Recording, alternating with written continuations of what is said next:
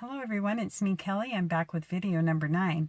Today I want to talk to you about how I have researched some information on how aches and pains and illness is a way of our body to tell us we need to take a break or we need to stop. I started this journey with quite a few problems with my health. The chronic back pain was something that got me to really stop. That and my rib popped out. I think I've talked about that before in other videos. But in addition to that, I'm an autoimmune deficient person. I had thyroid stuff going on. I had terrible periods. I was anemic. Sometimes I would have reoccurring UTIs. General, just super tired. Physically not as fit as I could be. And I just kept on going. And my body was finally like, hey, you're in need of a break. You need to stop. You need to look at things and change things. So today I thought I would share some of those things that I changed. First, I had to decide why are we not listening to our bodies? What is the payoff for us? So take some time to evaluate some of the things you have going on medically, and what keeps you from addressing it? Because you probably realize there's things that you could do that you're not doing. For me, I think it was I didn't think I could do it. I didn't think I could do the work to make the changes.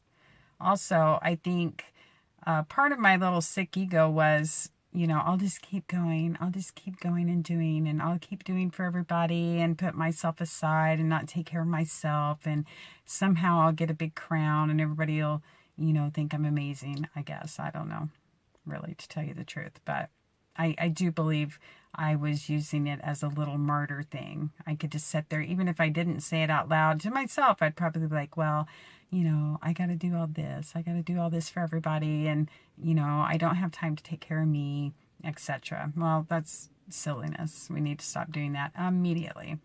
So that's a few of my little things, I think, that were my payoff. You might take some time to think about yours. What is the benefit of not taking time to take care of yourself? So the first thing I did, and it was my rib popping out, and I think it was my vanity that finally said, oh, you need to do something about this. You can't have your rib popping out. That doesn't look good. So I decided to go to the chiropractor. I knew there was a lot of other things I needed to do, but I needed to get some help because I was overwhelmed and I did not know where to start. And my limiting beliefs were in the way of, you're not going to be able to make these changes. So I went to the chiropractor first, and he really helped with good advice. I had so many bad experiences with the medical field. Let's give you more medicine. Let's change your medicine. Nothing, to really change what I was doing other than maybe take pills. Or surgery. They were always wanting to do surgery. Let's just take that out. You don't really need that. A lot of unnecessary stuff, probably, that I'm so glad that I didn't go through some of these surgeries. Anyway, so I went to the chiropractor and started getting aligned. That helped with my back. You may try a chiropractor. You may try a naturopath. You may just start really doing some good research on the internet. I know that's kind of scary.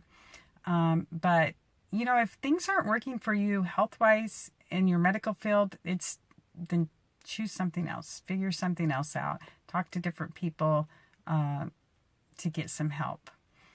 The second thing I did to really make a difference in my health was the movement. That was a little hard. I have a pretty active job, but I needed to strengthen areas that didn't get worked out in my daily movement. So I did get some movement prescribed from my chiropractor, but I also just went on YouTube and started, posture was a big thing for me, because that's basically probably why my back was in such a mess. My posture was terrible. I was basically crumpling into myself, I think, trying to hide from the world and hide from myself. So I was slumpy, and I wasn't keeping my core tone. So that's, a lot of the problems, I think, because just a few weeks of steady daily baby steps of doing posture exercises helped a lot. And then, I started, my legs, I could stretch those out. So I have a pretty good regime now of strengthening exercises, stretching exercises. I like to use the roller for myself as a way to relieve stress and relieve all the just tension in my muscles. And that's helped a lot. Nutrition was probably the next thing that I really added. Oh my gosh, it's amazing how changing your diet, even slightly, taking out the sugar, taking out the bad oils. For me, grains seem to be a thing. Just, one thing a week, maybe. As my first videos talked about, I used to drink a lot of coffee that had a lot of sugar, had a lot of dairy in it. I'm now doing bullet coffee, which is also saving me a lot of money, bonus points. So, look at that. And don't try to do it all at once. Don't try to cut off everything. Do your research, find what works for you, find substitutes for those comfort foods that you don't want to give up, etc. Take some time there, but just baby steps, one little thing a week. Positive thoughts is probably where it really started to make a difference. I started stopping myself from telling me I can't do it. I started working on those limiting beliefs and telling myself that I can. And it's an effort. It's effort every day to stay positive, tell myself I can do it, not let things knock me back. If I have a day where I just blow it, that doesn't mean I have to throw in the towel. Just keep going. Just, that's okay. You can start over again. You don't have to, beat yourself up. Just keep going. Try it again tomorrow. That didn't work for me. Maybe this will.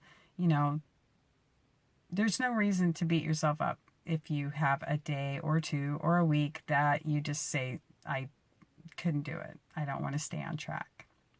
In addition to the positive thoughts that I think made a really big difference is I noticed that I would get so relaxed and feel so at peace during my exercise, my rolling out at the end of the day. And so pretty quickly on, I started adding meditation to that.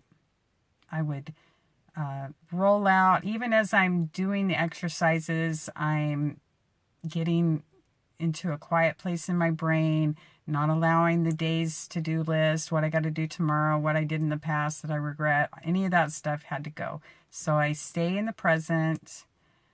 I talk to my cells. I talk to my body. I talk to my back. I'm like, hey, back, how are you doing?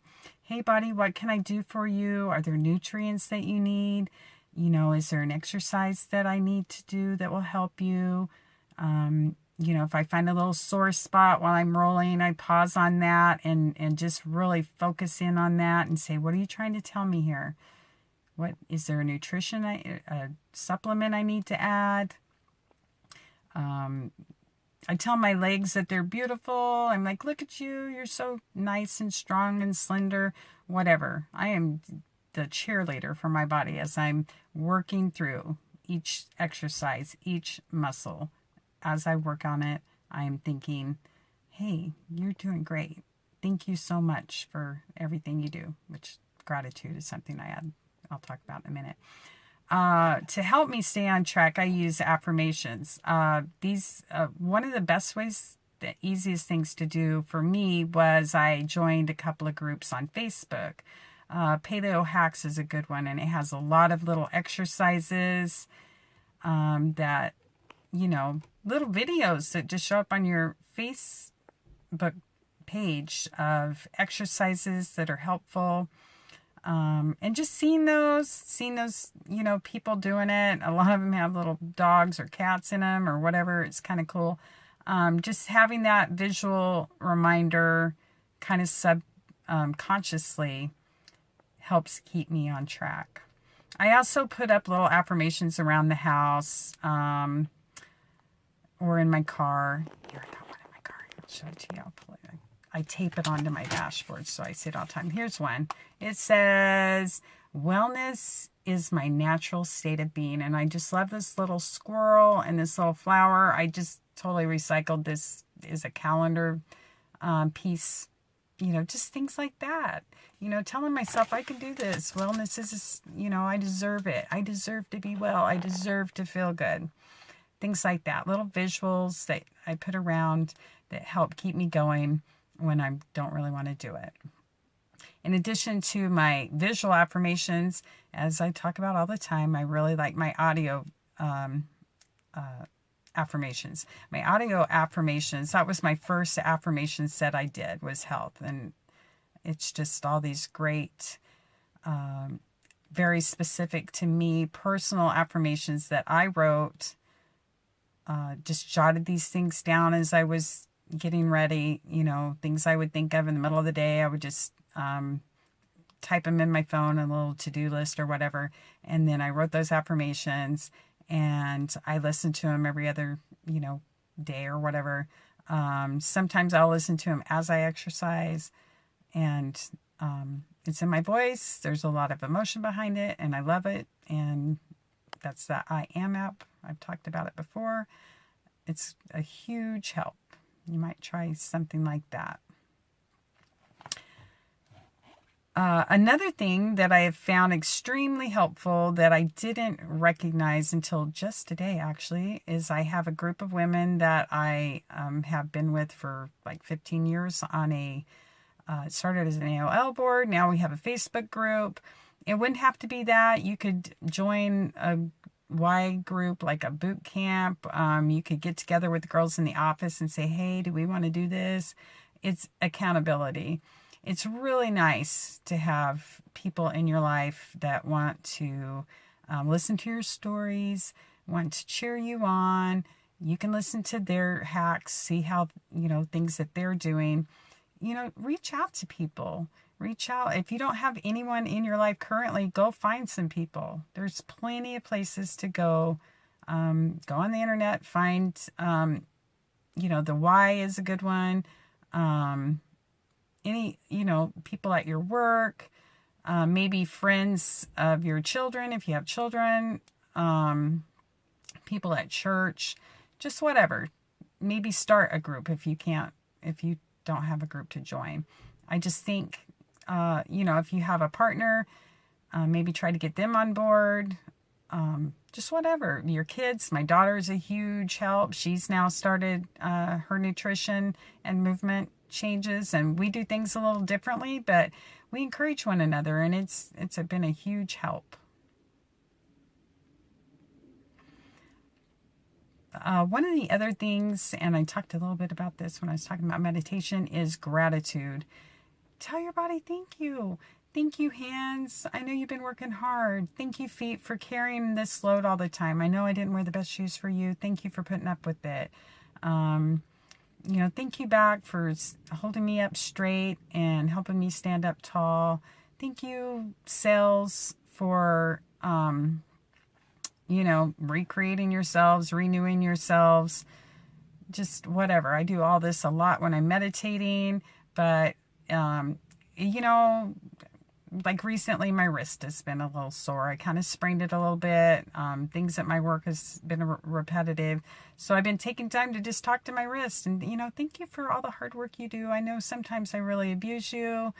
You know, thank you to the universe, or, you know, I say universe, but I also mean God. I'm a Christian too, but I say universe because I know not everybody has the same beliefs. So in all these videos I say universe, that's what I'm talking about. But anyway, just think, be grateful for what your body does do for you. You know, just think about how well you respond to gratitude. Your body's the same. Your body is listening to what you say to it.